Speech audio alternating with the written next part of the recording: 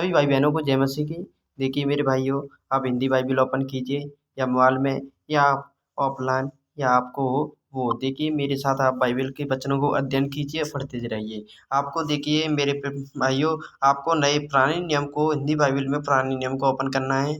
वहाँ पर आपको क्या किस आज हम देखेंगे एस्टर की बुक। आज हम एस्टर की बुक के बुक का अध्ययन करेंगे। देखिए हम एस्टर की बुक का अध्ययन करेंगे कि एस्टर की बुक किस के ऊपर लिखी गई है, या एस्टर की बुक के माध्यम से हमें प्रभु यीशु परमेश्वर क्या संदेश देना चाहते हैं। देखिए मेरे प्रभु, मेरे प्रियो, परमेश्वर ने स्वयं कहा है, क्योंकि संपूर्ण बाइबल प्रभु यीशु की प्रेरणा से लिखी गई है। और देखिए आपको पता है मेरे दोस्तों, प्रभु यीशु ने स्वयं कहा मैं और मेरे पिता एक हैं, इसलिए हम कुछ भी कहें या ये देखिए संपूर्ण वचन जो एस्टर की बुक है या पूरे बाइबल के वचन किसके हैं, हमारे प्रभु यीशु मसीह के हैं और परमेश्वर के हैं। पिता और पुत्र दोनों और पवित्र आत्मा एक ही हैं। इसलिए देखिए आज हम जानेंगे परमेश्वर हमें क्या संदेश देना चाहते हैं, एस्टर की बुक के माध्यम से क्या समझाना चाहते हैं। और एस्टर की बुक हमारे पवित्र शास्त्र में बाइबल में परमेश्वर की प्रेरणा से क्यों लिखी गई है, और एस्टर की बुक पवित्र शास्त्र में क्यों लिखी गई है, और परमेश्वर हमें क्यों संदेश के इस बुक के माध्यम इस बुक को क्यों लिखा है, इस बुक से हमारे जीवन से क्या संबंध है, इस बुक के माध्यम से हमें परमेश्वर क्या संदेश देना चाहते हैं, हम तक क्या अपने वचन पहुंचाना चाहते हैं, परमेश्वर हमारे जीवन को क्या प्रेरणा देना चाहते हैं। देखिए प्रभु यीशु हमें क्या प्रेरणा देना चाहते हैं, इस बुक के माध्यम से हम जानेंगे। प्रभु परमेश्वर के बहुत ही सुंदर वचन हैं, इनका अध्ययन करना हमारे जीवन के लिए बहुत ही ज़रूरी है। मेरे प्रियो, मैं आपसे विनती करता हूँ आप संपूर्ण वीडियो को ध्यान से देखिए और परमेश्वर से प्रार्थना कीजिए इस बुक के बारे में कि परमेश्वर इसे समझाने में हमारी सहायता करे। और मैं भी विनती करता हूँ आपको परमेश्वर इस बुक को संपूर्ण को पवित्र आत्मा अगुवाई करे और समझाए। देखिए हम वीडियो को शुरू करते हैं। यहाँ पर हम क्या देखते हैं मेरे प्रियो, यहाँ पर देखिए एस्टर की बुक है। अब हम देखेंगे एस्टर की बुक किसने लिखी है और कौन इसके लेखक हैं, कौन इसके संपादक हैं। देखिए एस्टर लेखक यहाँ पर हम पढ़ते हैं प्रियो, इस पुस्तक का ज्ञात लेखक अति संभावना में कोई यहूदी था जो फारस के राज दरबार से भली भांति परिचित था। इस पुस्तक में व्यक्त राज दरबार के विस्तृत वर्णन एवं प्रथाएं तथा घटनाएं एवं प्रत्यक्ष साक्षी की ओर संकेत करते हैं। विद्वानों का विचार है कि वह एक यहूदी था जिसने जरूब्बाबेल की अगुवाई में यहूदिया लौट आने वाले शेष यहूदियों के लिए एक पुस्तक को लिखा था। कुछ का सुझाव है कि मोर्दक के स्वयं ही इस पुस्तक का लेखक है, जबकि पुस्तक में उसकी प्रशंसा से यही सुझाव मिलता है कि लेखक कोई और है, संभवतः युवा समकालीनों में से एक है। देखिए इस बुक के लेखक के प्रति पूर्ण खुलकर नहीं बताया गया कि इस बुक पुस्तक को किसने लिखा है।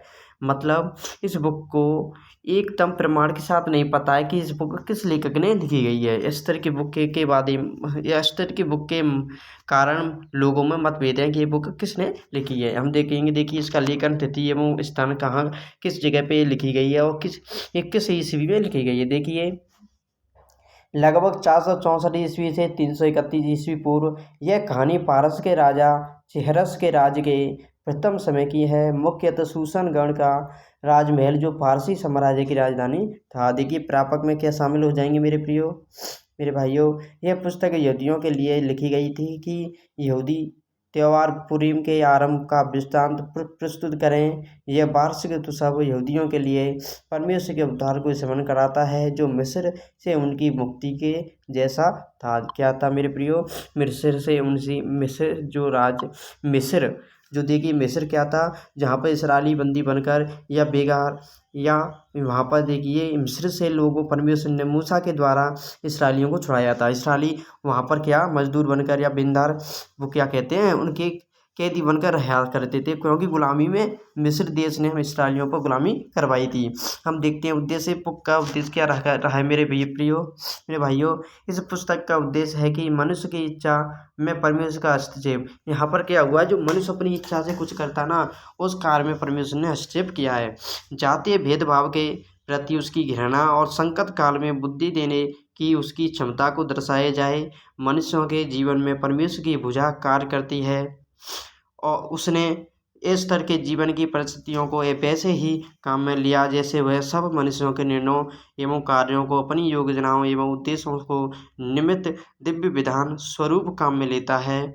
एस्टर की पुस्तक पुरीम के त्यौहार की स्थापना का लेखा प्रस्तुत करती है। यहूदी आज भी पुरीम के त्यौहार में एस्टर की पुस्तक पढ़ते हैं। क्या करते हैं मेरे प्रियो, एक त्यौहार है पुरीम का, उसमें आज भी इसकी पुस्तक को पढ़ते हैं। देखिए ये मूल विषय में क्या क्या शामिल है। परिपेचना यहाँ पर होगी मेरे प्रियो परिक्षेपण परिक्षेपण परिक्षेपण। और देखिए रूपरेखा में एस्टर रानी की बनती है। जो एस्टर है ना वो क्या बनती है मेरे प्रियो, रानी बनती है। परमेश्वर के यहूदियों का संकट एस्टर एवं महादेव का काम यहूदियों का छुटकारा। यहाँ पर देखिए ये अध्याय इन बातों पर मुख्य पूरी बुक चलेगी मेरे प्रियो। जो बातें यहाँ पर ये दी गई हैं इन वाक्यों पर ही संपूर्ण बुक को चलने वाली है। अब हम देखिए आप हिंदी बाइबल में पवित्र शास्त्र में मेरे प्रियो आप पुराने नियम की बुक एस्टर के पहले वचन को निकालिए मेरे प्रियो। और यहाँ पर आपको दिखाई दे रही होगी एस्टर की नामक बुक है। यहाँ पर देखिए आपको दिखाई दे रही होगा पहला अध्याय और एस्टर बुक है। हम देखिए अब क्या देखते हैं यहाँ पर हम पहले वचन को शुरू करते हैं। यहाँ पर देखिए इस बुक की हेडिंग क्या दी गई है मेरे प्रियो। पहली अध्याय की हेडिंग क्या है, बस्ती का पटरानी के पद से उतारा जाना। जो बस्ती एक का है, एक औरत होगी या कुछ भी हो, हम आगे देखेंगे। बस्ती का क्या हुआ है, पटरानी के पद से उतारा जाना। पटरानी के पद से क्या हुआ है, उतारी गई हैं। देखिए हम देखते हैं पहले अध्याय में पढ़ते हैं शुरू से। शेहर्ष नामक राजा के दिनों में यह बातें हुई। यह वही शेहर्ष है जो 127 प्रांतों पर अर्थात भारत से लेकर कूश देश तक राज करता था। उन्हीं दिनों में जब शेहर्ष राजा अपनी उस राजगद्दी पर विराजमान था जो शूशन नामक राजगढ़ में थी, वहां उसने अपने राज्य के 3रे वर्ष में अपने सब हाकिमों और कर्मचारियों को भोज दिया। फारस और मादे के सेनापति और प्रांत प्रांत के प्रधान और हाकिम उसके सम्मुख आ गए। वह उन्हें बहुत दिन वरन 180 दिन तक अपने राज वैभव का धन और अपने महत्वमय के अनमोल पदार्थ दिखाता रहा। इतने दिनों के बीतने पर राजा ने क्यों छोटे क्या बड़े उन सभी की जो भी शूशन नामक राजगढ़ में इकट्ठा हुए थे राजभवन की बारी के आंगन में 7 दिन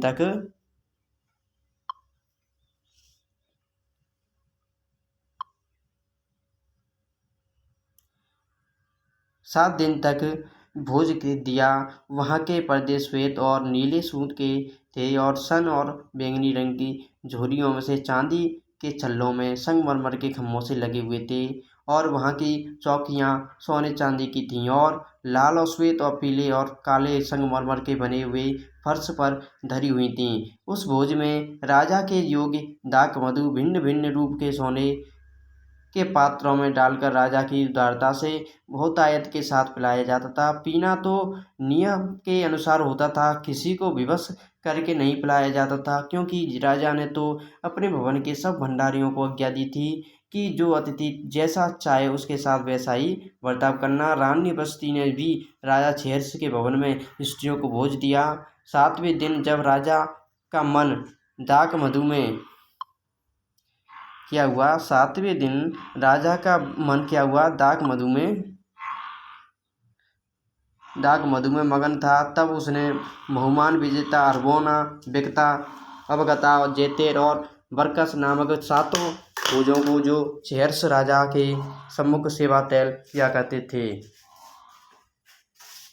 देखिए मेरे प्रियो, वीडियो लंबी हो सकती है परंतु हम आज संपूर्ण एस्टर की बुक को पढ़ेंगे। संपूर्ण एस्टर की बुक में जितनी 10 अध्याय हैं हम सभी 10 अध्यायों का अध्ययन इस बुक में करेंगे और जानेंगे कि परमेश्वर ने इस बुक के माध्यम से हमें क्या संदेश दिया है, प्रभु यीशु हमें क्या बताना चाहते हैं, पिता पुत्र पवित्र आत्मा के द्वारा हमें पवित्र शास्त्र में क्या बातें हमारे लिए इसमें इम्पोर्टेंट हैं और जो हमें याद रखनी है, जो हमें अपने हृदय में रखनी है, जो हमारे जीवन के लिए बहुत ही इम्पोर्टेंट हो या ज़रूरी हो। देखिए हम यहाँ पर किस जगह पर थे, देखिए क्या हुआ। 7वें दिन जब राजा का मन दाक मधु में मगन था, ये क्या हुआ था, 7वें दिन जब राजा का मन दाक मधु में मगन था, प्रसन्न था, तब उसने बहुमान विजिता अभ्रोना विगता हवगता जेतेर और बरकस नामक 7 खोजों को जो छिर्स राजा के सम्मुख सेवा टहल किया करते थे आज्ञा दी कि रानी बस्ती को राजमुकुट धारण किए हुए राजा के सम्मुख ले आओ,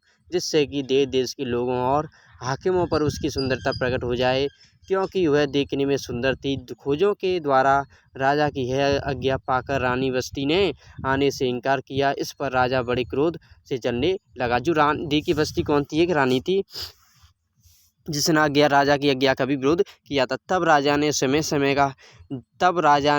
समय का भेद जानने वाले पंडितों से पूछा। राजा तो नीति और न्याय के सब ज्ञानियों से ऐसा ही किया करता था।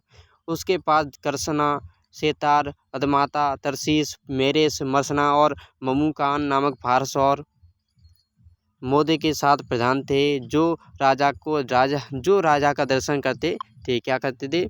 जो राजा का दर्शन करते थे। आइए हम देखते हैं। और राज्य में मुख्य मुख्य पदों पर नियुक्त किए गए थे। राजा ने पूछा रानी बस्ती ने राजा छिर्स की खोजों द्वारा दिलाई हुई आज्ञा का उल्लंघन किया तो नीति के अनुसार उसके साथ क्या किया जाए। तब ममुकान ने राजा और हाकिमों की उपस्थिति में उत्तर दिया, रानी बस्ती ने जो अनुचित काम किया है वह न केवल राजा से वरन हमें यहाँ क्या देखते हैं, वह न केवल राजा से परंतु सब हाकिमों से और उन सब देशों के लोगों से भी जो राजा छिर्स के सब प्रांतों में रहते हैं, क्योंकि रानी के इस काम की चर्चा सब स्त्रियों में होगी। और जब यह कहा जाएगा राजा छिर्स ने रानी बस्ती को अपने सामने ले आने की आज्ञा दी, परंतु वह न आई, तब वे भी अपने अपने पति को तुच्छ जानने लगेंगी। आज के दिन फारस और मादी हाकिमों की स्त्रियाँ जिन्होंने रानी की यह बात सुनी तो वे भी राजा के सब हाकिमों से ऐसा ही कहने लगेंगी। इस प्रकार बहुत ही घृणा और क्रोध उत्पन्न होगा। यदि राजा को स्वीकार हो तो यह आज्ञा निकाले और फारसियों और मादियों के कानून में लिखी भी जाए, जिससे कभी बदल ना सके कि रानी बस्ती राजा छिर्स के सम्मुख फिर कभी आने ना पाए और राजा पटरानी का पद किसी दूसरे को दे जो उससे अच्छी हो। क्या हो? उसका पद दूसरी को दे दे जो उससे अच्छी हो। अत जब राजा की यह आज्ञा उसके सारे राज्य में सुनाई जाएगी, तब सब पत्नियां अपने अपने पति का चाहे बड़ा हो या छोटा आदर मान करती रहेंगी। यह बात राजा और हाकिमों को पसंद आई और राजा ने ममुकान की सम्मति मान ली और अपने राज्य में अर्थात प्रत्येक प्रांत के अक्षरों में और प्रत्येक जाति की भाषा में चिट्ठियाँ भेजी कि सब पुरुष अपने अपने घर में अधिकार चलाएं और अपनी जाति की भाषा बोला करें। अब आगे देखिए दूसरे अध्याय में हम देखते हैं क्या होता है।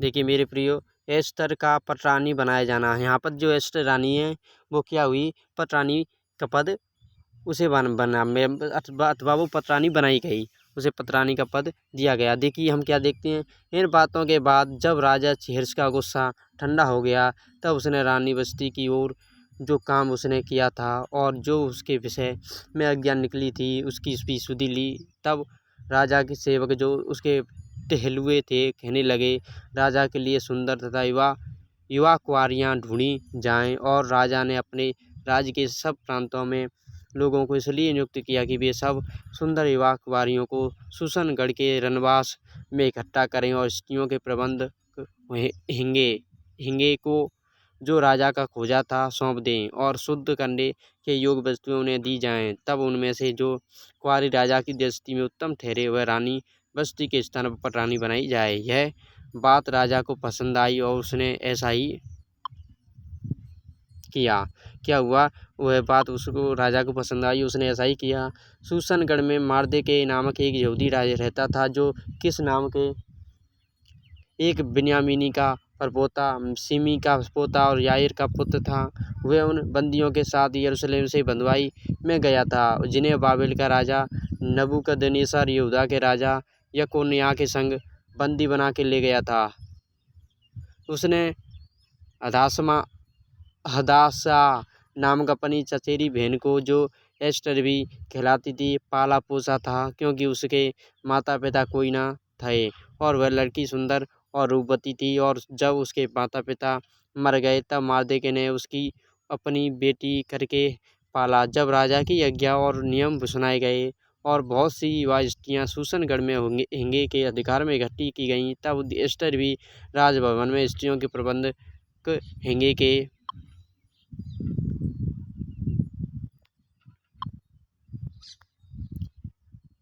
के अधिकार में सौंपी गई। वह युवती उसकी दृष्टि में अच्छी लगी और वह उससे प्रसन्न हुआ। तब उसने बिना विलंब उसे राजभवन में से शुद्ध करने की वस्तुएं और उसका भोजन और उसके लिए चुनी हुई 7 सहेलियां भी दी और उसको और उसकी सहेलियों को रनवास में सबसे अच्छा रहने का स्थान दिया। एस्टर ने अपनी जाति बताई थी, न अपना कुल, क्योंकि मार्दोखियो ने उसको आज्ञा दी थी कि उसे न बताना। मार्दोखियो तो प्रतिदिन रनवास के आंगन के सामने टहलता था ताकि जाने कि एस्टर कैसी है और उसके साथ क्या हो रहा है। जब एक एक कन्या की बारी आई कि वह सहर्ष राजा के पास जाए, और यह उस समय हुआ जब उसके साथ स्त्रियों के लिए ठहराए हुए नियम के अनुसार 12 माह तक व्यवहार किया गया था, अर्थात उनके ब्रज शुद्ध करने के दिन इसी रीति से बीत गए। क्या हुआ? शुद्ध करने के दिन इसी रीति से बीत गए कि 6 माह तक गंधरस के तेल लगाया जाता था और 6 माह तक सुगंध द्रव्य और सुगंध स्त्रियों के शुद्ध करने का अन्य सामान लगाया जाता था। इस प्रकार से वह कन्या जब राजा के पास जाती थी तब जो कुछ वह चाहती थी कि रनवास से राजभवन में ले जाए वह उसको दिया जाता था। सांझ को तो वह जाती थी और सवेरे को वह लौटकर रनवास के दूसरे घर में जाकर रखीलों के प्रबंधक राजा के खोजे सास गज के अधिकार में हो जाती थी और राजा के पास फिर नहीं जाती थी। और यदि राजा उससे प्रसन्न हो जाता था तब वह नाम लेकर बुलाई जाती थी। क्या होता? जब राजा उससे प्रसन्न हो जाता तो वो नाम लेकर बुलाई जाती थी। जब मार्दोखियो के चाचा अबीहैल की बेटी एस्तर, जिसको मार्दोखियो ने बेटी मानकर रखा था, उसकी बारी आई कि राजा के पास जाए, तब जो कुछ स्त्रियों के प्रबंधक राजा के खोजे हिंगे ने उसके लिए ठहराया था, उससे अधिक उसने और कुछ नहीं मांगा। जितनों ने एस्टर को देखा वे सब उससे प्रसन्न हुए। अत एस्टर राजभवन में राजा सहर्ष के पास उसके राज्य के 7वें वर्ष के तेबेत नामक 10वें महीने में पहुंचाई गई।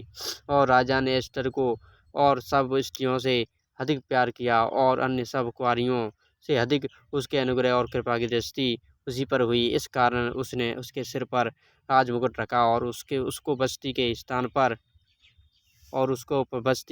पर रानी बनाया। तब राजा ने अपने सब हाकिमों और कर्मचारियों को एक बड़ा भोज दिया और उसे एस्टर का भोज कहा और प्रांतों में छुट्टी दिलाई और अपनी उदारता के योग्य इनाम भी बांटे।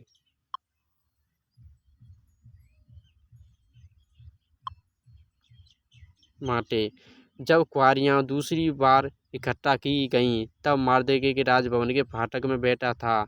एस्टर ने अपनी जाति और कुल का पता नहीं दिया था, क्योंकि मार्दोखियो ने उसको ऐसी आज्ञा दी ही थी कि ना बताए। और एस्टर मार्दोखियो की बात ऐसी मानती थी जैसे कि उसके यहाँ अपने पालन पोषण के समय मानती थी। उन्हीं दिनों में जब मार्दोखियो राजा के राजभवन के फाटक में बैठा करता था, तब राजा के खोजे जो द्वारपाल भी थे, उनमें से बिगताना और एस्टेस और तेरेस नामक 2 जनों ने राजा सहर्ष से रूठकर उस पर हाथ चलाने की युक्ति की। यह बात मार्दोखियो को मालूम हुई और उसने एस्टर रानी को यह बात बताई और एस्टर ने मार्दोखियो का नाम लेकर राजा को चेतावनी दी। तब जांच पड़ताल होने पर यह बात सच निकली और वे दोनों वृक्ष पर लटका दिए गए और यह वृत्तांत राजा के सामने इतिहास की पुस्तक में लिख लिया गया। अब देखिए एस्टर के 30वें अध्याय में हम चलते हैं। तीसरे अध्याय में क्या बात हुई है? हामोन का यहूदियों के विरुद्ध षड्यंत्र।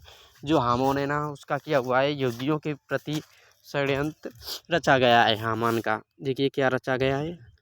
इन बातों के बाद राजा सहर्ष ने आगामी हमदाता के पुत्र हामान को उच्च पद दिया और उसको महत्व देकर उसके साथ ही हाकिमों के सिंहासनों से ऊंचा सिंहासन ठहराया। राजा के सब कर्मचारी जो राजभवन के फाटक में रहा करते थे वे हामान के सामने झुककर दंडवत किया करते थे, क्योंकि राजा ने उसके विषय ऐसी ही आज्ञा दी थी। परंतु मार्दके ना तो झुकता था और ना उसको दंडवत करता था। तब राजा ने कर्मचारी जो राजभवन के फाटक में रहा करते थे उन्होंने मार्दके से पूछा, तू राजा की आज्ञा का क्यों उल्लंघन करता है?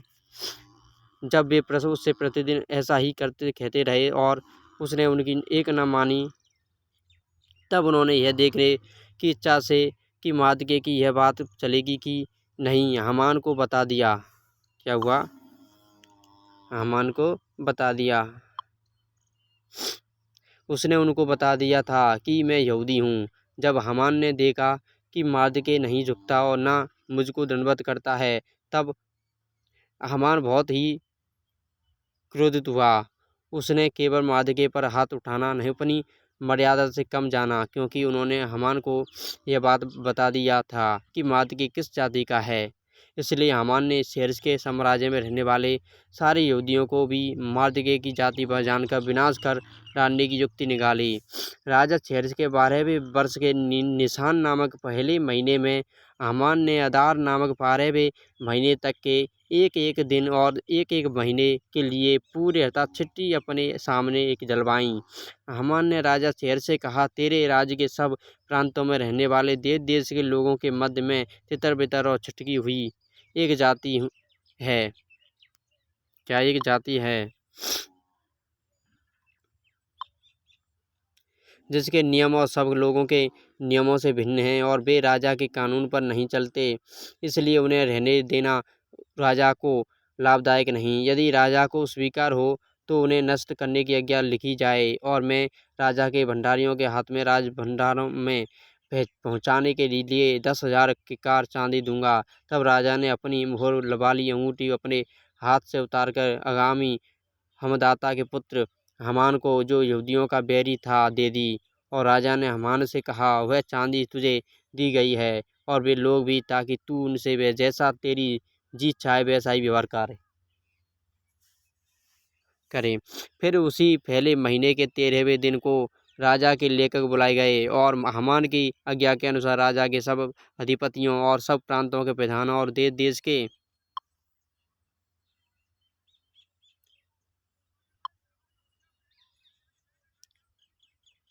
देश के लोगों के हाकिमों के लिए चिट्ठियाँ एक एक प्रांत के अक्षरों में और एक एक देश के लोगों की भाषा में राजा शेर्स के नाम से लिखी गईं और उनमें राजा की मोहर वाली अंगूठी की छाप लगाई गई।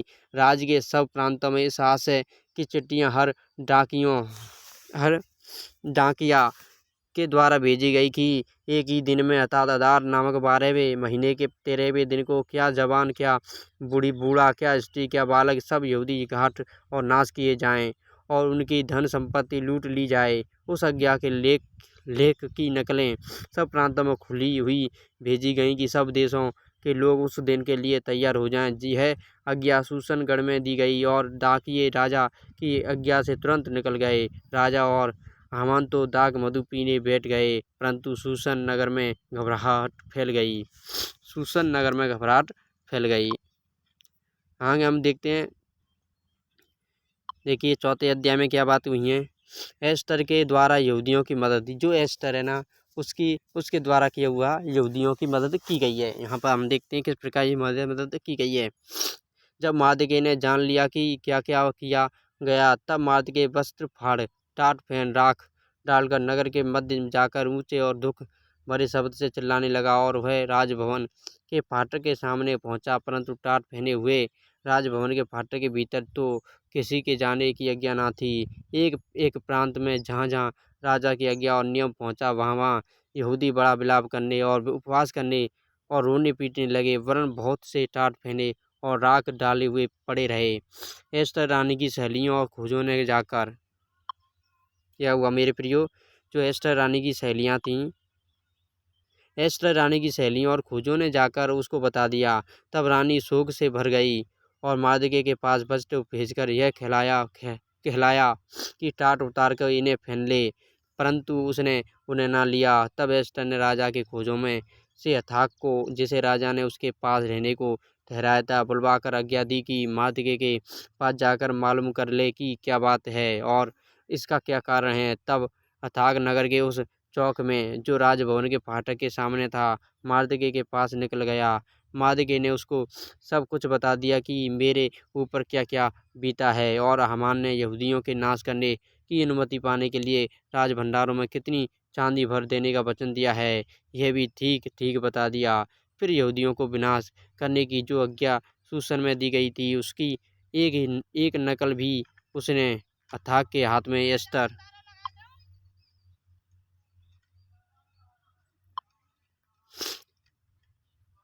एस्टर को दिखाने के लिए दी और उसे सब हाल बताने और यह आज्ञा देने को कहा कि भीतर राजा के पास जाकर अपने लोगों के लिए गिड़गिड़ाकर विनती करे। तब हथाक ने एस्टर के पास जाकर मर्दके की बातें कह सुनाई। तब एस्टर ने हथाक को मर्दके से यह कहने की आज्ञा दी, राजा के सब कर्मचारियों वन राजा के प्रांतों के सब लोगों को भी मालूम है कि क्या पुरुष क्या स्त्री कोई क्यों ना हो जो आज्ञा बिना पाए भीतरी आंगन में राजा के पास जाएगा, उसके मार डालने ही की आज्ञा है। केवल जिसकी ओर राजा सोने का राजदंड बढ़ाए वही बचता है, परंतु मैं अब 30 दिन से राजा के पास नहीं बुलाई गई हूँ। एस्टर की यह बातें मार्दके को सुनाई गईं। तब मार्दके ने एस्टर के पास यह खेला भेजा, तू मन ही मन यह विचार ना कर कि मैं ही राजभवन में रहने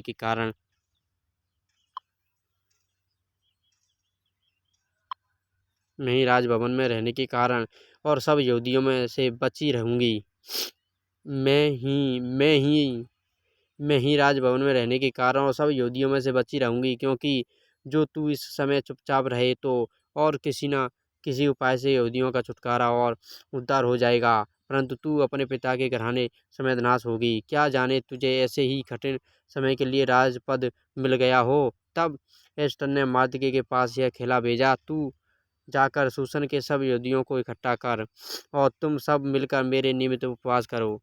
3 दिन रात ना तो कुछ खाओ और ना कुछ पियो, और मैं भी अपनी सहेलियों सहित उसी रीति उपवास करूंगी और ऐसी ही ना दशा में नियत के विरुद्ध राजा के पास भीतर जाऊंगी और यदि नाश हो गई तो हो गई।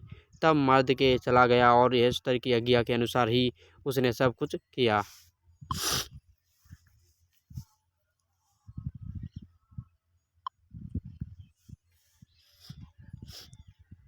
एस्तर की दावत। देखिए एस्तर की दावत। तीसरे दिन एस्तर अपने राजकीय वस्त्र पहनकर राजभवन के भीतरी आंगन में जाकर राजभवन के सामने बड़ी खड़ी हो गई। राजा तो राजभवन में राजगद्दी पर भवन के द्वार के सामने विराजमान था, और जब राजा ने एस्टर रानी को आंगन में खड़ी हुई देखा, तब उसने उससे प्रसन्न होकर सोने का राजदंड जो उसके हाथ में था उसकी ओर बढ़ाया। तब एस्टर ने निकट जाकर राजदंड की नोक छुई। तब राजा ने उससे पूछा, हे एस्टर रानी, तुझे क्या चाहिए और तू क्या मांगती है? मांग और तुझे आधा राज्य तक दिया जाएगा। एस्टर ने कहा, यदि राजा को स्वीकार हो तो आज हामान को साथ लेकर उसे उस भोज में आए जो मैंने राजा के लिए तैयार किया है। तब राजा ने आज्ञा दी, हामान को तुरंत ले आओ।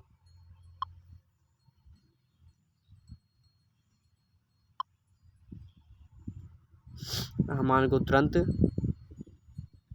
क्या मेरे प्रिय आगे हम देते हैं हत राजा और हामान को तुरंत ले आओ, एक ही एस्टर का निमंत्रण ग्रहण किया जाए। अत राजा और हामान एस्टर के तैयार किए हुए भोज में आए। भोज के समय जब दाख मधु पिया जाता था, तब राजा ने एस्टर से कहा, तेरा क्या निवेदन है वह पूरा किया जाएगा, और तू क्या मांगती है मांग और आधा राज तक तुझे दिया जाएगा। एस्टर ने उत्तर दिया, मेरा निवेदन और जो मैं मांगती हूँ वह है कि यदि राजा मुझे पर प्रसन्न है और मेरा निवेदन सुनना और जो वरदान मैं मांगूँ वही देना राजा को स्वीकार हो, तो राजा और हामान कल उस भोज में आए जिसे मैं उनके लिए करूँगी, और कल मैं राजा के इस वचन के अनुसार करूँगी। उस दिन हामान आनंदित और मन में प्रसन्न होकर बाहर गया, परंतु जब उसने मर्दके को राजभवन के फाटक में देखा कि वह उसके सामने तो खड़ा हुआ और न हटा, तब वह मार्दके के विरुद्ध क्रोध से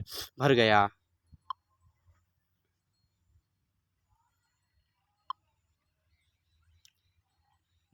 तो भी वह अपने को रोक कर अपने क्या हुआ, फिर भी वो अपने को रोक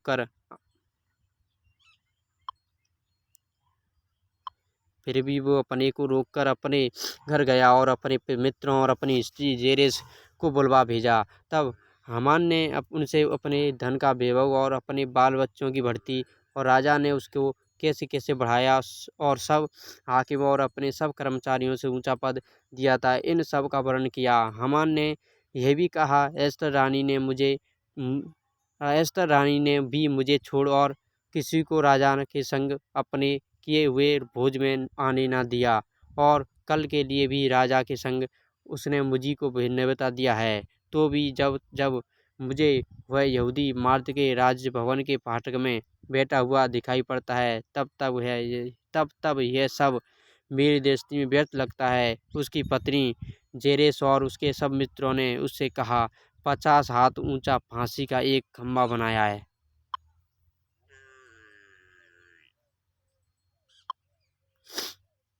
50 हाथ ऊंचा फांसी का एक खंभा बनाया है जाए, और सवेरे को राजा से कहना कि उस पर मार्दके लटकाया दिया जाए। तब राजा के संग आनंद से भोज में जाना। इस बात से प्रसन्न होकर हामान ने वैसा ही फांसी का एक खंभा बनवाया।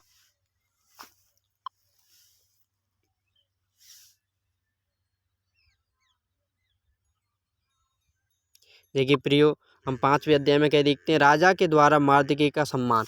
यहाँ पर अब क्या हुआ है, राजा के द्वारा मार्दके का सम्मान किया गया। देखिए प्रियो, इस बुक को आप स्वयं समझ सकते हैं, संग ही संग आप पढ़ते जाइए हिंदी बाइबल में, आप स्वयं आपकी बुक ये समझ में आएगी जब पूरी पढ़ेंगे।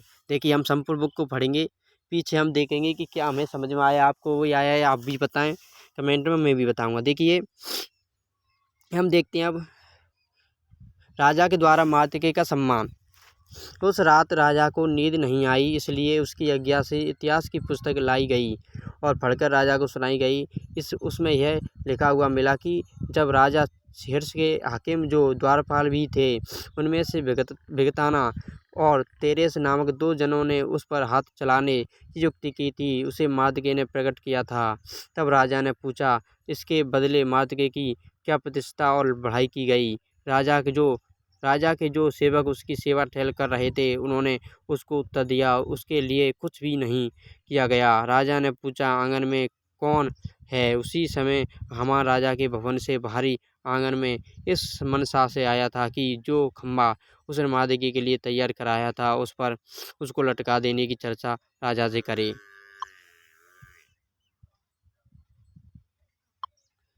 क्या करे? राजा से करे। तब राजा के सेवकों ने उससे कहा, आंगन में तो हामान खड़ा है। राजा ने कहा, उसे भीतर बुलवा लाओ। जब हामान भीतर आया, तब राजा ने उससे पूछा, जिस मनुष्य की प्रतिष्ठा राजा करना चाहता हो, तो उसके लिए क्या करना उचित होगा? हामान ने यह सोचकर कि मुझसे अधिक राजा की किसकी प्रतिष्ठा करना चाहता होगा, राजा को उत्तर दिया, जिस मनुष्य की प्रतिष्ठा राजा करना चाहे, उसके लिए राज की वस्त्र पिलाया जाए जो राजा पहनता है, और एक घोड़ा भी जिस पर वह राजा सवार होता है, और उसके सिर पर जो राजकीय मुकुट धरा जाता है, वह भी लाया जाए। फिर वह वस्त्र और वह घोड़ा राजा के किसी बड़े हाकिम को सौंपा जाए, और जिसकी प्रतिष्ठा राजा करना चाहता हो, उसको वह वस्त्र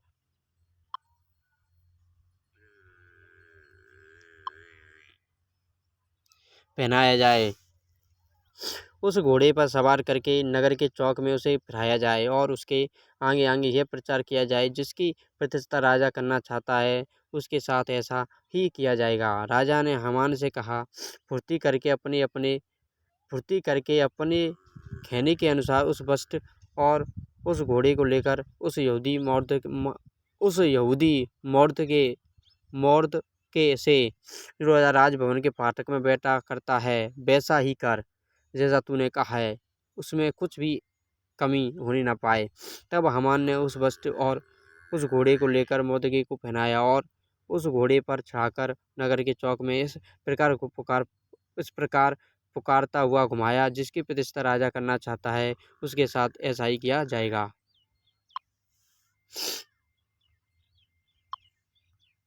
तब मोर्दके तो राजभवन के फाटक में लौट गया, परंतु हामान शोक करता हुआ और सिर ढांपे हुए झट अपने घर को गया।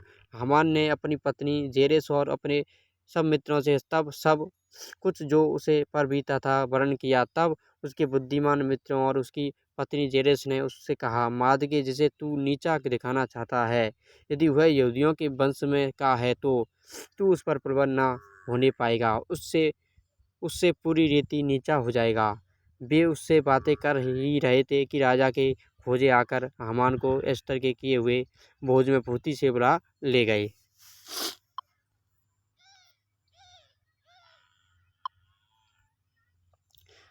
आगे हम देखते हैं हामान को मोर्दके की जगह फांसी।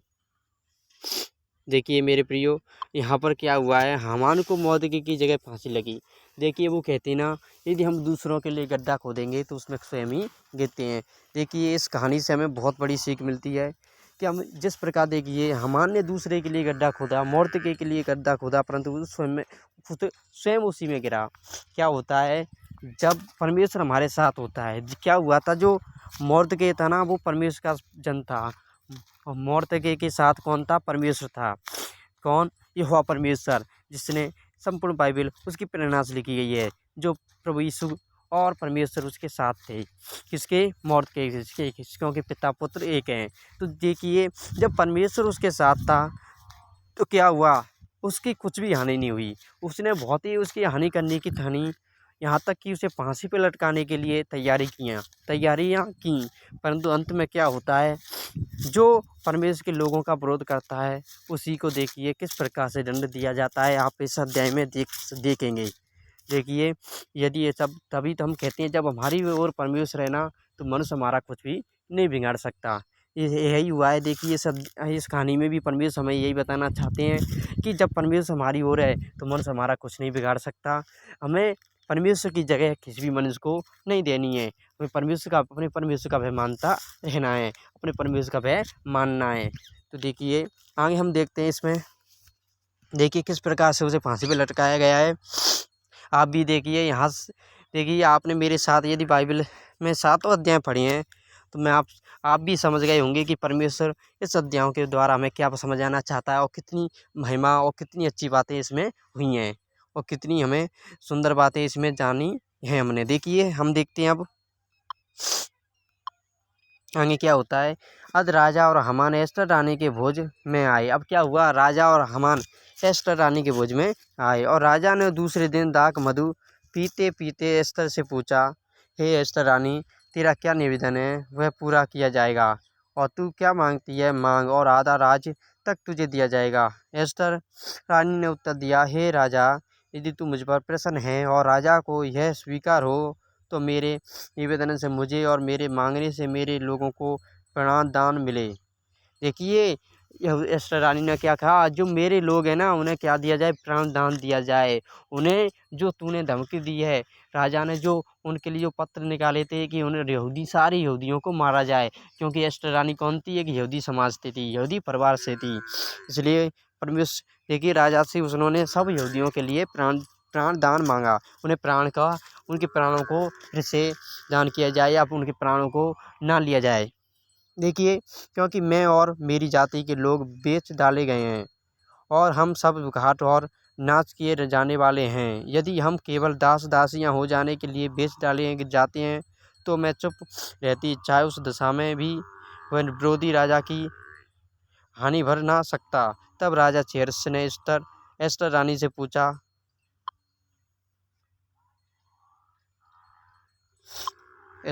पूछा, वह कौन है और कहाँ है जिसने ऐसा करने की मनसा की है। एस्टर ने उत्तर दिया, वह विरोधी और शत्रु यही दुष्ट हामान है। रानी से पूछा, वह कौन है और कहाँ है जिसने।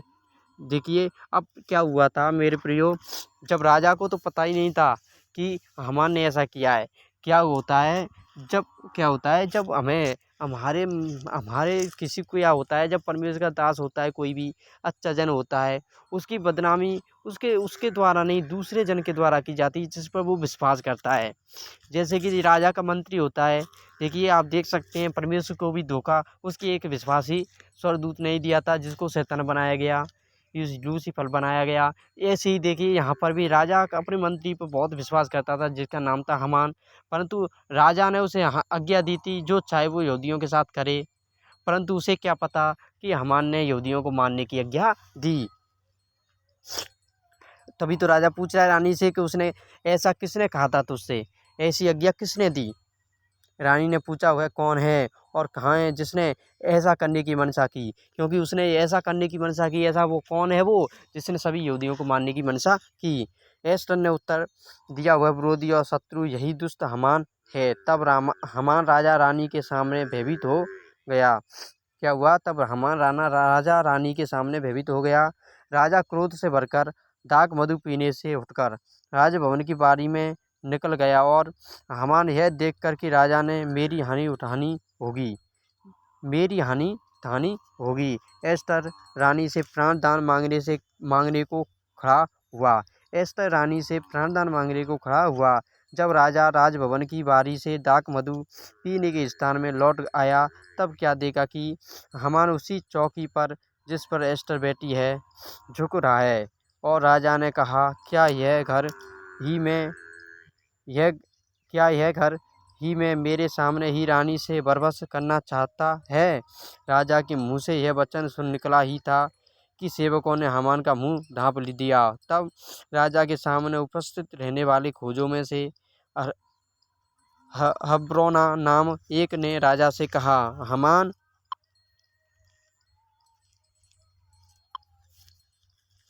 हामान के यहाँ 50 हाथ ऊंचा फांसी का एक खंभा खड़ा है जो उसने मार्दके के लिए बनवाया है, जिसने राजा के हित की बात कही थी। राजा ने कहा उसको उसी पर लटका दो। तब हामान उसी खंभे पर जो उसने मार्दके के लिए तैयार कराया था लटका दिया गया। इस पर राजा का गुस्सा ठंडा हो गया। अब क्या हुआ, इस कारण राजा का गुस्सा तब ठंडा हुआ। आगे हम देखते हैं क्या होता है। देखिए प्रियो, एस्टर के द्वारा यहूदियों की विजय। अब देखिए जो एस्टर रानी है ना, उसने क्या किया, यहूदियों के प्राणों को बचा लिया। इस कारण देखिए एस्टर रानी के द्वारा ही कारण क्या हुआ, यहूदी राजाओं की विजय हुई। यहूदी लोग जीत गए, यहूदी लोगों के प्राण बच गए। हम आगे देखते हैं। उसी दिन राजा शेरस ने यहूदियों के विरोधी हामान का घर बार एस्टर रानी को दे दिया। बौद्ध के राजा के सामने आया, और क्योंकि एस्टर ने राजा को बताया था कि उससे उसका क्या नाता था, तब राजा ने अपनी वह भोर वाली अंगूठी जो उसने हामान से ले ली थी उतार कर मोर्दके को दे दी। एस्टर ने मोर्दके को हामान के घरबार पर अधिकार नियुक्त कर दिया। फिर एस्टर दूसरी बार राजा से बोली और उसके पांव पर गिर आंसू भाकर उससे गिड़गिड़ा कर विनती की कि आगामी हामान की बुराई और यहूदियों की हानि की उसकी युक्ति निष्फल हो की जाए। तब राजा ने एस्टर की ओर सोने का राजदंड बढ़ाया।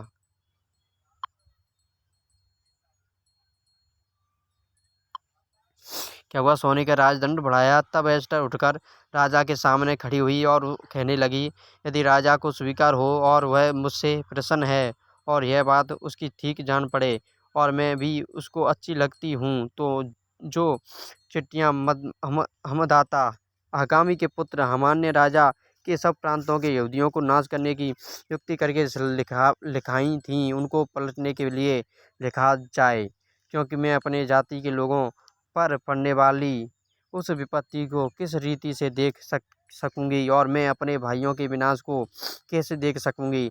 तब राजा शेरस ने एस्टर रानी से और मार्दके यहूदी से कहा, मैं हामान का घरवारा जो एस्टर को दे चुका हूँ और वह फांसी के खंभे पर लटका दिया गया है, इसलिए कि उसने यहूदियों पर हाथ उठाया था। अतः तुम अपनी समझ के अनुसार राजा के नाम से यहूदियों के नाम पर लिखो और राजा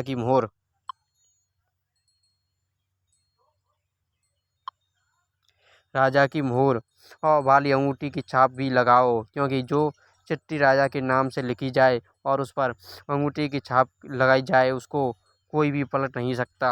उसी समय अर्थात सीबान नामक तीसरे महीने के 23वें दिन को राजा के लेखक बुलवाए गए और जिस बात की आज्ञा मार्दके ने उन्हें दी थी उसे यहूदियों और अधिपतियों और भारत से लेकर कूश तक जो 147 प्रांत हैं उन सभी के अधिपतियों और हाकिमों को एक एक प्रांत के अक्षरों में और एक एक देश के लोगों की भाषा में और यहूदियों को उनके अक्षरों और भाषा में लिखी गई। मार्दके ने राजा चेहर्स के नाम से चिट्ठियाँ लिखवाकर और उन पर राजा की मुहर वाली अंगूठी की छाप लगाकर वेग चलने वाली सरकारी घोड़ों खच्चरों और सारनियों पर सवार सरकारों के हाथ भेज दी।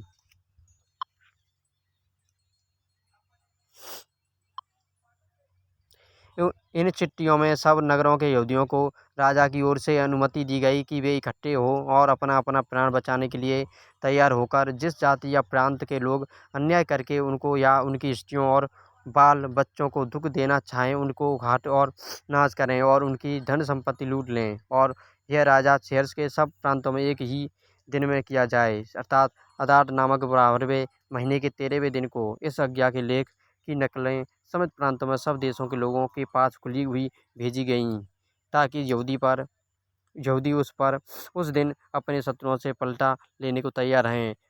हरकारे वेग चलने वाले सरकारी घोड़ों पर सवार होकर राजा की आज्ञा से पूर्ति करके जल्दी चले गए और यह आज्ञा शूशन राजगढ़ में दी गई थी।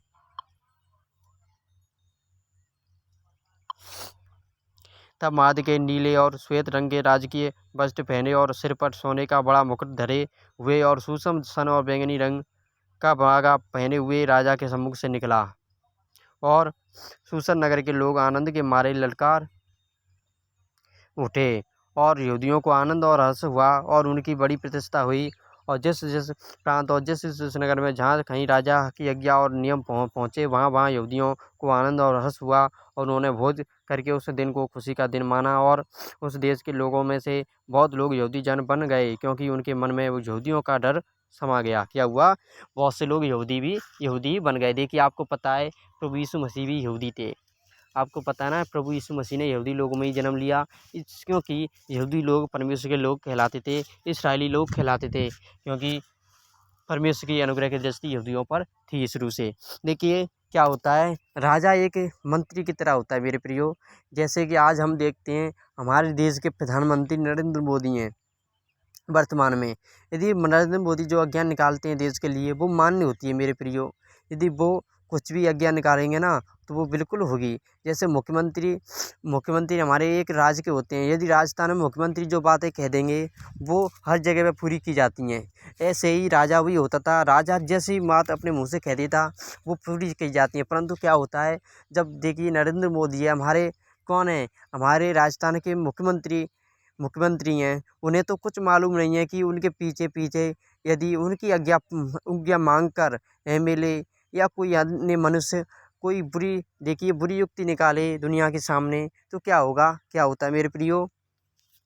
तो राजा को कुछ पता नहीं होगा कि उन्होंने किस दुनिया के सामने क्या आज्ञा उन्होंने मांगी है और प्रधानमंत्री को भी नहीं मालूम होगा कि उन्होंने क्या दुनिया के सामने क्या किया है। उनके नाम का गलत फायदा तो नहीं उठाया। इसी प्रकार होता है उनके पीछे गलत काम करना। जो राजा के अधिकारी होते हैं ना वो राजा के नाम पर पीछे गलत काम कर बैठते हैं परंतु राजा को स्वयं भी पता नहीं होता है कि उनकी आज्ञा के अनुसार किस प्रकार गलत काम किया जा रहा है। ऐसे ही हामान ने भी किया था। हामान ने राजा की आज्ञा तो मांगी थी परंतु राजा को नहीं पता था कि इसने आज्ञा के अनुसार कितना बुरा यहूदियों का करने के लिए ठाना है या यहूदियों को किस प्रकार नाश करने की ठानी है। उसने तो बिल्कुल तरीक़ा से यहूदियों को मारने की विचार किया था। जगह जगह से यहूदियों को विनाश करने की ठानी थी। परंतु ऐसा देखिए परमेश्वर के अनुग्रह की दृष्टि यहूदियों पर थी परंतु ऐसा नहीं हुआ। उल्टा देखिए जो हामान मनुष्य था उसका जो उसने चाल बनाई थी उसी के कारण उसको स्वयं ही परमेश्वर ने उसको नाश कर दिया। उसने दूसरे के लिए गड्ढा खोदा परंतु वो खुद ही उसमें गिरकर नाश हो गया। आगे हम देखते हैं आप भी स्वयं समझ रहे होंगे कि क्या बातें हो रही हैं इस अध्यायों में।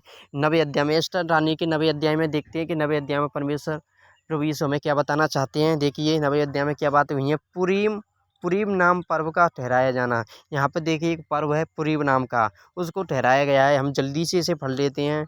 आधार नामक 12वें महीने के 13वें दिन को जिस दिन राजा की आज्ञा और नियम पूरे होने को थे और यहूदियों के शत्रु उन पर प्रबल होने की आशा रखते थे, परंतु इसके विपरीत यहूदी अपने बैरियों पर प्रबल हुए। उस दिन यहूदी लोग राजा हेरोदेस के सब प्रांतों में अपने अपने नगर में इकट्ठे हुए कि जो उनकी हानि करने का यत्न करे उन पर हाथ चलाए, क्यों कोई उनका सामना न कर सका, क्योंकि उनका भय देश देश के सब लोगों के मन में समा गया था। वरन प्रांतों के सब हाकिमों और अधिपतियों और प्रांत प्रधानों और राजा के कर्मचारियों ने यहूदियों की सहायता की, क्योंकि उनके मन में मुर्दके का भय समा गया था। मुर्दके तो राजा के यहाँ बहुत प्रतिष्ठित था। मुर्दके क्या हुआ था, राजा के यहाँ मंत्री की तरह बन गया था, जिस कारण देखिए यहूदियों का भय लोगों के सामने समा गया था और उसकी कीर्ति सब प्रांतों में फैल गई। परंतु उस पुरुष मुर्दके की महिमा बढ़ती चली गई। अतः यहूदियों ने अपने सब शत्रुओं को तलवार से मारकर और घात करके नाश कर डाला और अपने बैरियों से अपनी इच्छा के अनुसार बर्ताव किया। शूशन राजगण में यहूदियों ने 500 मनुष्यों को घात करके नाश किया। उन्होंने परसदाता, दलपोन, अस्पाता, पोरता, अदल्या, अरिदाता, परमसता, अरीसे, अरिदे और विजयताता अर्थात हमदाता के पुत्र यहूदियों के विरोधी हामान के 10 पुत्रों को भी घात किया, परंतु उनके धन को ना लूटा। आगे हम देखते हैं क्या होता है। उसी दिन शूशन राजगण में घात किए हुओं की गिनती राजा को सुनाई गई। तब राजा ने एस्तर रानी से कहा, यहूदियों ने शूशन राजगण ही में 500 मनुष्यों और हामान के 10 पुत्रों को भी घात करके नाश किया है। फिर राज्य के अन्य प्रांतों में उन्होंने ना जाने क्या क्या किया होगा। अब इससे अधिक तेरा निवेदन क्या है, वह भी पूरा किया जाएगा, और तू क्या मांगती है वह भी तुझे दिया जाएगा। एस्तर ने कहा, यदि राजा को स्वीकार हो तो शूशन के यहूदियों को आज के समान कल भी करने की आज्ञा दी जाए और हामान के 10 पुत्र फांसी के खम्भों पर लटकाए जाएं। राजा ने आज्ञा दी कि ऐसा किया जाए। यह आज्ञा शूशन में दी गई और हामान के 10 पुत्र लटकाए गए। शूशन के यहूदियों ने आदार महीने के 14वें दिन को भी इकट्ठे होकर शूशन में 300 पुरुषों को घात किया, परंतु धन को ना लूटा।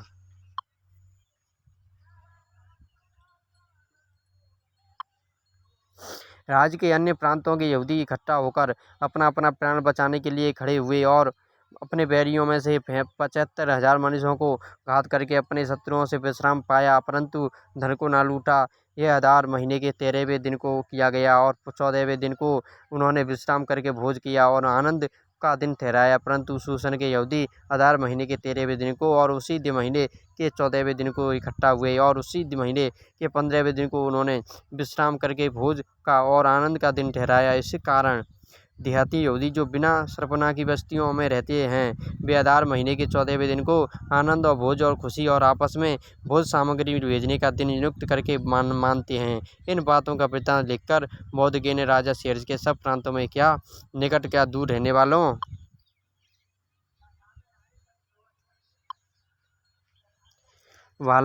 वाले सारे यहूदियों के पास चिट्ठियाँ भेजी और यह आज्ञा दी कि आधार महीने के 14वें और उसी दिन महीने के 15वें दिन को प्रतिवर्ष माना करें, जिनमें यहूदियों ने अपने शत्रुओं से विश्राम पाया। और यह महीना जिसमें शोक आनंद से और विलाप खुशी से बदला गया माना करें, और उनको भोज और आनंद और एक दूसरे के पास भोजन सामग्री भेजने और कंगालों को दान देने के लिए माने। अतः यहूदियों ने जैसा आरंभ किया था और जैसा मोर्दके ने उन्हें लिखा वैसा ही उन्हें करने का निश्चय कर लिया, क्योंकि हमदाता आगामी का पुत्र हामान जो सब यहूदियों का विरोधी था, उसने यहूदियों का नाश करने की युक्ति की और उन्हें मिटा डालने का नाश करने के लिए पूरे अर्थात चिट्ठी डाली थी। परंतु जब राजा ने यह जाना लिया तब उसने आज्ञा दी और लिखवाई कि जो दृष्टि युक्ति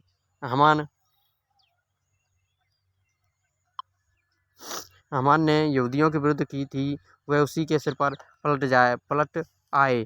तब वह और उसके पुत्र फांसी के खम्भों पर लटकाए गए। इस कारण उन दिनों का नाम पूर्व शब्द से पूरिम रखा गया। इस चिट्ठी की सब बातों के कारण और जो कुछ उन्होंने इस विषय में देखा और जो कुछ उन पर बीता था, उसके कारण थी यहूदियों ने अपने अपने लिए और अपने संतान के लिए और उन सभी के लिए भी जो उनमें मिल गए थे यह अटल प्रण किया कि उस लेख के अनुसार प्रतिवर्ष उसके ठहराए हुए समय में भी यह 2 दिन माने और पीढ़ी पीढ़ी कुल कुल प्रांत प्रांत नगर नगर में यह दिन स्मरण किए और माने जाएंगे, और पूरीम नाम के दिन यहूदियों में कभी ना मिटेंगे और उनका स्मरण उनके वंश से जाता ना रहेगा।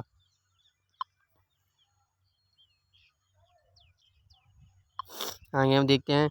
फिर अबीहेल की बेटी एस्टर रानी और मार्द के यहूदी ने पुरीम के विषय यह दूसरी चिट्ठी बड़े अधिकार के साथ लिखी। इसकी नकलें मर्दके ने सेर्स के राज्य के 127 प्रांतों के सब यहूदियों के पास शांति देने वाली और सच्ची बातों के साथ इस आशय से भेजी कि पुरीम के उन दिनों के विषय विशेष ठहराए हुए समयों में मार्द के यहूदी और एस्टर रानी की आज्ञा के अनुसार जो यहूदियों ने अपने और अपनी संतान के लिए ठान लिया था उसके अनुसार भी उपवास और विलाप किए जाएं।